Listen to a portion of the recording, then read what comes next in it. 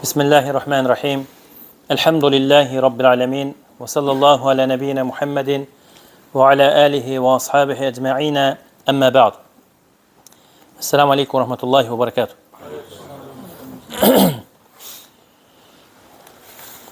Allah subhanahu ve teala Kerim olan kitabında buyurur ki وَالَّذ۪ينَ اِذَا فَعَلُوا فَاحِشَةً اَوْ ظَلَمُوا أَنْفُسَهُمْ ذَكَرُوا اللّٰهِ فَاسْتَغْفَرُوا لِذُنُوبِهِمْ وَمَنْ يَغْفِرُ الذُّنُوبَ إِلَّا اللّٰهِ وَلَمْ يُسِرُّوا عَلَى مَا فَعَلُوا وَهُمْ يَعْلَمُونَ. Uca Allah El-İmran suresinde buyurur ki o kəslər ki özlərinə zülm etdikdə və yaxud bir pis iş gördükdə Allahı xatırlayıb Allaha tövbə edərlər. Allahdan başqa günahları kim bağışlaya bilər? Və həmçinin onlar bilə-bilə etdikləri günahların üzərində davam etli olmazlar. Burada ərəb dili bilənlər bilirlər, hal cümləsi gəlib. Buyurur ki Allah subhanahu wa ta'ala وَلَمْ يُسِرُّ عَلَى مَا فَعَلُوا وَهُمْ يَعْلَمُونَ. Burada düzdür, feildə gəlib, amma ki nasbı cümlədədir təqdirində. Yəni onlar bildikləri halda bu hal üzərində davam etli olmazlar. Bildikdən sonra ki hər hansı bir əməlin günah olduğunu ona davam etməzlər. Fikir verin, Allah subhanahu teala buyurur ki özlərinə zülm etdikdə və bir pis iş gördükdə Allahı xatırlayarlar. Sonra Allahdan bağışlama diləyərlər. Və Allahdan başqa günahlar kim bağışlaya bilər? Cavab olaraq heç kəs. Subhanahu və Teala. Başqa bir ayədə Allah subhanahu teala buyurur ki قُلْ يَا عِبَادِيَ الَّذ۪ينَ أَسْرَفُوا عَلَى أَنْفُسِهِمْ لَا تَقْنَطُوا مِنْ رَحْمَةِ اللّٰهِ إِنَّ اللّٰهَ يَغْفِرُ الذُّنُوبَ جَمِيعًا إِنَّهُ هُوَ الْغَفُورُ الرَّحِيمُ. Allah subhanahu teala buyurur ki de ki Peyğəmbərə buyurur ki sallallahu aleyhi ve sellemə de ki o qullara onlar öz nəfslərinə qarşı hədlərini aşıblar. Allahın rəhmətindən ümidinizi üzməyin. Allahın rəhmətindən ümidinizi üzməyin. Bu nəyə görədir? Arxasıca bir müjdə gəlir. Boşra gəlir. Sevinc gəlir ki İnnəllaha yəğfiru zunubə cəmi'a. Allah bütün günahları bağışlayandır. Subhanahu və Teala. Allah bütün günahları bağışlayandır. İnnehu huvel gafur rahim. O həqiqətən bağışlayandır, rəhimlidir. Keçən dəfə bu haqda danışdıq, bu ayətlər haqqında bəhs etdik. Sonra bəzi qardaşlar tərəfindən tələb olundu ki, hansı cür duaları edək? Bildikdən sonra ki, Allah subhanahu teala günahları bağışlayandır, nə cür edək? Hansı dualarla Allaha yaxınlaşaq? Mən də Allahın izni ilə bu fürsətdən istifadə edib, sizə və özümə bir ayəni və bir hədisi xatırladacam. Həm ayənin içərisində Allaha bağışlanma, tövbə var, həm də hədisin içərisində. Ayəyə gəldikdə isə Allah subhanahu teala'nın sevimli qullarından olan, peyğəmbərlərindən olan Yunus aleyhissalamın qıssası, həmin o qıssanın ətrafında bir neçə məsələyə toxunacaq. Bildiyiniz kimi Yunus aleyhissalam Allah subhanahu teala onu bir qövmə göndərmişdir və o qövmün içərisində dəvət üçün göndərmişdir. Qövmdə bəzi asilikləri görüb həmin o qövmə qarşı səbir etmədi və onlara qəzəblənib onlardan uzaqlaşdı. Allah da subhanahu teala ona tənbih olaraq Allah tərəfindən kitabına baxanda görürük ki, peyğəmbərlərinə bəzi tənbihlər olub. Allah subhanahu teala öz nəbilərinə qarşı bəzi tənbihlər edib öz kitabında. Subhanahu teala. Allah-u Teala Yunus aleyhissalamı bildiyiniz kimi Yunus aleyhissalamın qıssasını hamı bilir. Nə cür ki gəmiyə atmışdılar, gəmidən atmışdılar daha doğrusu dənizə. Dənizdə balinanın qarnına düşmüşdü. Həmin o məqamda Yunus aleyhissalam Allaha dönür. Allaha tövbə edir. Fikir verin, subhanallah. Ayətdə keçir ki, Yunus aleyhissalamın tövbəsi buyurur ki, La ilahə illa ente subhaneke inni kuntu minel zalimin. Buyurur ki, fikir verin ayete. La ilahe illa ent. Yani senden başka ibadete layık olan hak məbud yoktur. Subhanek, sen paksan, bütün eyiblərdən münezzəhsən. Və üçüncü mərhələdə inni kuntu minəz zalimin. Mən isə öz nəfsimə zülm edənlərdən oldum. Fikir verdim, burada üç mərhələ var. Birinci mərhələ tövhiddir. İkinci mərhələ yenə Allaha tərifdir. Allahı bütün eyiblərdən tənzih etməkdir. Üçüncü mərhələdə nədir? İnsanın özünün nədir? Özünün günahını etiraf etməsidir. La ilahə illə ənt. Allahdan başqa ibadətə layiq olan haqqı ilə məbud yoxdur. Əslində hamınızın bildiyiniz La ilahə illallahın tərifidir. Mənasıdır ki, Allahdan başqa ibadətə layiq olan haqqı ilə məbud yoxdur. Fikir verin, subhanallah, Yunus aleyhisselamın dərhal orada ağlına gələn bu olub. Bu nəyə işarədir? Bu ona işarədir ki, Yunus aleyhisselam və onun mislində olanlar, yəni bu əhvallar onlarda baş verməmişdən öncə, onlar öz əzəmətli olan Rəblərini tanıyırdılar. Və bilirdilər ki, Allah hər bir şeyə qadirdir. Subhanahu teala. Və tövhidi gözəl şəkildə bilirdilər. Bilirdilər ki, nədir? Onlara hər hansı bir çətinlikdə tövhid Allahın izni ilə köməklik edə bilər. Fikir verdiniz nə cürə başladı? La ilahə illə ənt. Allaha birbaşa tövhidlə yaxınlaşdı. Ona görə bir günah etdikdə biz də nə etməliyik? Allaha tövhidlə yaxınlaşmalıyıq. Əslində, bu mövzunu seçməkdə məqsədlərimizdən də biri budur ki, günahlardan Allaha subhanahu wa ta'ala dönmək belə olsun. Günah etdikdən sonra, günahları bildikdən sonra, günah etdikdən sonra Allaha tövhidlə yaxınlaşmaq bu cürünə. Nə cürünə ki, Yunus aleyhisselam dua etdi. Fikir verin, İbn Məsud radiyallahu anh buyurur ki, həmin Yunus aleyhisselamın əhvalatı üç mərhələdən, üç qaranlıq yerlərdən ibarət idi. Birincisi balığın qarnı, ikincisi dənizin qaranlığı, üçüncüsü də nədir? Gecənin qaranlığı. Üç qaranlıq zülmət yer var idi. Fikir verirsiniz, üç qaranlıq. Eyni ilə bunu başqa tabeinlər və sahabələr də öz təfsirlərində demişdilər. Radiyallahu anhum cəmiyan. Rahiməhumullah. Deməli, fikir verin, balığın qarnı, sonra dənizin qaranlığı, balığın qarnı qaranlıq bir yer, dənizin qaranlığı, üçüncü nədir? Gecənin qaranlığı. Üç zülmət yerdə, subhanallah. Nə cürünə orada Allahı xatırladı, Allaha tövbə etdi. Sonra, barakallahu fikum, dedim ki, bir ayəni, bir hədisi deyəcəm sizlərə. Daha doğrusu oxuyacam. Abu Bakr radiyallahu anhu bir günləri Peyğəmbər sallallahu aleyhi ve sellemin yanına gəlir və yaxud yanında olarkən buyurur ki, Ya Rasulallah, ey Allahın Rasulü, allimni duaən əd'u bihi fi salati. Ey Allahın Rasulü, mənə dua örgət, elə bir dua ki, onunla namazlarımda dua edim. Bu duanı namazlarımda oxuyum. Mənə elə bir dua örgət ki, bunu namazlarımda oxuyum. Peyğəmbər sallallahu aleyhi ve sellem buyurur ki, Qul, de ki, Allahümme inni zalemtu nefsi zulmen kethira ve la yaghfiru zunube illa ent faghfirli mağfireten min indik varhamni inneke entel gafurur rahim.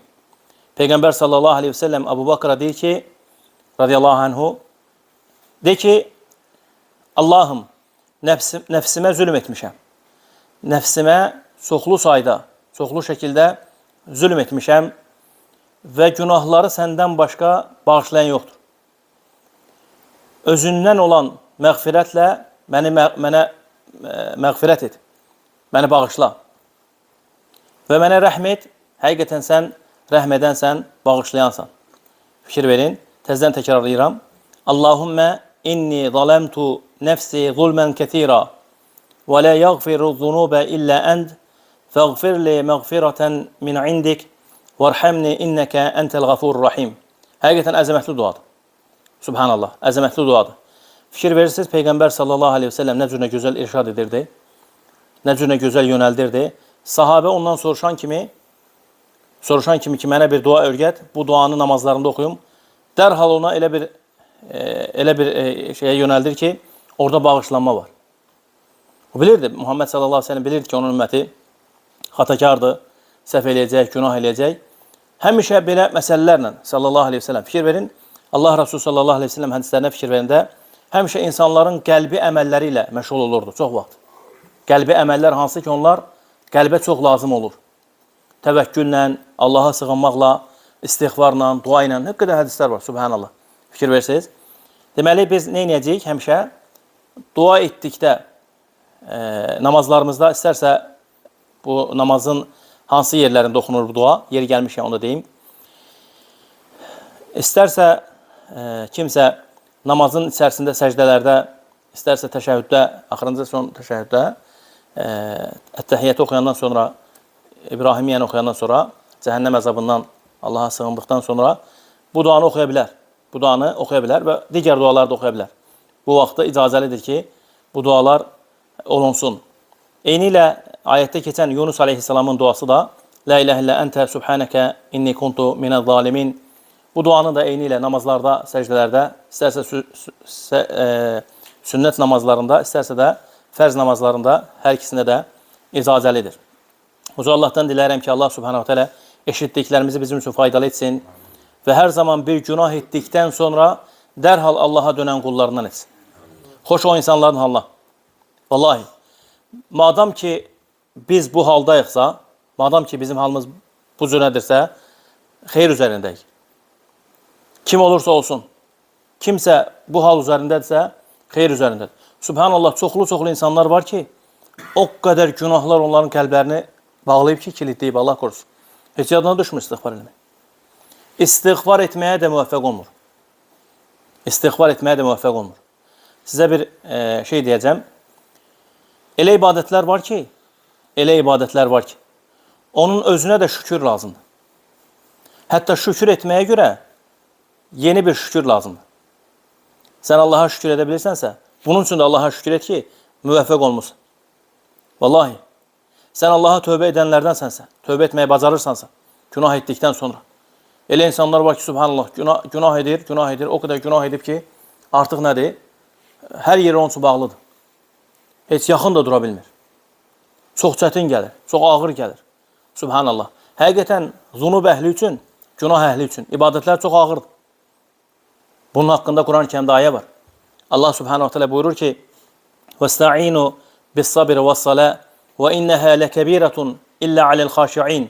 Namazla, səbirlə Allahdan kömək diləyin. Bu çox ağır ibadətdir. Ancaq kimlər üçün? Xuşu əhli üçün yüngüldür. İbn-i Qayyim rahiməhullah buyurur ki, namaz qılmayan insanlar, fikir verin, o qədər onlar günah içərisindədirlər ki, Allah korusun. Bu namazı həqiqətən özlərinə ağır bir yük kimi hesab edirlər. Elə deyil. Hətta biz namaz qılan insanlar günah edəndə imamla namaz qılan nəyə gözləyirik? Deyirik ki, bir dənə ruku etsəydi, bir dənə səcdələr tezləşdirsəydi, bir dənə salamları versəydi, namazdan çıxardıq. Sanki namazın içində sıxıntı gəlir, subhanallah. Günahlar səni qoymur namaz qılmağa. Uzun namazlar qılmağa, uzun rukular etməyə, uzun səcdələr etməyə. Sanki yük üzərində bir dənə məsuliyyət qılıb çıxasın.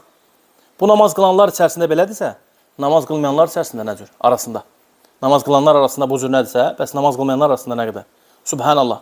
Ona görə günahlardan həmişə danışırıq. Günahların böyüklüyündən və kiçiyindən əl çəkmək lazım. Vallahi, Allahdan qorxmaq lazımdır. Və Allahın rəhməti o qədər genişdir ki, subhanahu wa ta'ala, insanlarına möhlət verir. Səbir edir ki, subhanahu wa ta'ala, bəlkə qulum mənə qaydar bir vaxt. Amma fikirləşmək lazımdır ki, Allahın əzabı şiddətlidir. Biz bu ayətləri də oxuyanda, bu cür məsələlərdən danışanda, yəni o demək deyil ki, ağlımıza gəlsin ki, nə istəyiriksə eləyək. Madam ki, Allah günahları bağışlayırsa, bir dəfə tövbə eləyəcəm, bu elə deyil. Bu murciyələrin əqidəsidir. Əhl-i-Sünnə vəl cəmaat da nə cürdür? Qorxu ilə ümidi. qorxu ilə, həmişə qorxu ilə şiddətli ayətləri götürənlər kimlərdir? Xavaricilər. Həmişə ümid ayətlərini götürənlər kimlərdir? Murciyələr. Həmişə sevgi ilə ibadət edənlər kimlərdir? Sufilər. Və cəm edənlər kimlərdir? Əhl-i-Sünnə vəl-Cəma. Əhl-i-Sünnə vəl-Cəma qorxur və ümid edir və sevgi ilə. Üçünün arasında. Qorxur ki, Allah subhanət hələ bir gün ona qəzəblənər. Nas ayətlər var, subhanallah. Bilin ki, Allah rəhimlidir və bilin ki, Allahın əzabı şiddətlidir. İnsan gərək həmişə neynəsin? Arxayın olmasın. Bəlkə sən elə bir əməl edərsən ki, elə bir məqama düşər ki, Allahın qəzəbinə düçar olarsan, heç vaxt sonra qayıda bilməzsən. Subhanallah. Heç vaxt sonra qayıda bilməzsən, müvəffəq ola bilməzsən tövbə etməyə. Sən elə bilmə ki, sən elə günah eləyəndən sonra üstündən bir müddət keçəcək, tövbə eləyəcəksin. Allah qorusun. Sonra Allahın qəzəbinə düçar olarsan, Allaha tövbə edə bilməzsən. O imkan da sənə yaradılmaz. Ona görə günah edəndə, subhanallah, Allahdan qorxmaq lazımdır. Necə ki, qardaşlardan bir gün biri danışırdı ki, İbn Bəz rahiməhullah deyir ki, hətta günah edəndə də ikrah ilə günah etmək lazımdır. O günaha ikrah edə də. Yəni, bu günahı sevə-sevə yox, subhanallah. Günahı sevə-sevə yox. Elə insanlar var ki, günahı rahat şəkildə eləyir, Allah korusun. Rahat şəkildə sanki ibadət edir. Heç ibadətlər bu cürə olunmur. Ona görə insan gərək Allahdan qorxsun, əməllərini düzətsin. Yəni, günah işlər gördükdə ikrah etsin, çalışsın ki, günahlardan uzaq dursun. Vallahi, billahi, tallahi. Günahlar məhv edir, subhanallah. Günahlar alt-üst edir insanlara. İnsanlar, bəzən də görürsünüz ki, sizə baş ağrısı olmasın, barakallahu fikum. İnsanlar bəzən görürsünüz ki, günahlarının müqabilində, günahlarının nəticəsində düzgün də fikirləşə bilmir. Misal üçün, 2 nəfər var. 2 nəfərdən biri, 2 nəfərdir, yəni ikisi bir məsələni fikirləşməlidir. Belə deyək, 2 nəfər məqsəd qoyub ki, Quran-ı Kərimdən bir cüz Quran əzbərləyəcəyik. Quran-ı Kərimdən bir cüz Quran əzbərləyəcəyik. Siz elə bilirsiniz ki, Quran əzbərləmək üçün, yəni, hamı Quran əzbərləyə bilirmi? Günahları tərk etmək lazım, subhanallah. Mövzuya qaydıram. İkisi, yəni, yarışma edirlər ki, əzbərləyək bir cüz Quran. Baxırsan ki, o birisi, subhanallah, su kimi əzbəri gedir. Digəri nədir? Yerində sayır, subhanallah. Yerində sayır. Beyin işləmir. Və yaxud bir fikir var, ikisi də fikir yürütməlidir. Görürsən ki, o birisi tez fikirləşi tapdı, subhanallah. O birisi yerində sayır. Yəni, o birisi dediyim nədir? Günah edən. Fikirlərinə də sənə mani olur. Bir dəfə qardaşlardan biri deyir ki, bununla son verim inşallah danışığıma. Deyir ki, ən xoşuma gəlməyən deyir, üzr istəyirəm, əzəlləkumullah. Ayaqqabıların deyir, növlərindən ən xoşuma gəlməyən deyir, qaytanlı ayaqqabı idi. Qaytanlı ayaqqabı istəmirdim deyir kimi. Və ikrah edirdim deyir, bu cür o ayaqqabılara deyir, subhanallah.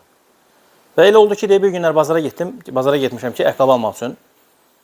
Özüm də bilirəm deyir, nəsə eləmişəm deyir, subhanallah. Özüm də bilirəm ki, deyir, nəsə eləmişəm deyir. Getdim deyir, bütün deyir, bazarı deyir, alt-üst elədim deyir, hələk-vələk deyirlər, nə deyir bizim bazarımızda. İmini deyir, getdim, qaytanlı ayaqqabı aldım deyir, subhanallah. Fikir versəyiz. İnsanın beyni işləmir, subhanallah. İnsanın beyni işləmir. Günah eləyəndə, yəni, beyin, qəlb, hər şey qarışır bir-birinə. Allahdan dilərəm, Allah subhanət hələ bizi günahlardan uzaq etsin. Allah subhanət hələ eşitdiklərimizi bizim üçün faydalı etsin və günah edərkən dərhal Allaha dönən qullarından etsin. Subhanəkallahumma bihamdik. Əşhədu an la ilahe illə əntə, əstəğfiruka və atubu ileyk və barakallahu fikum.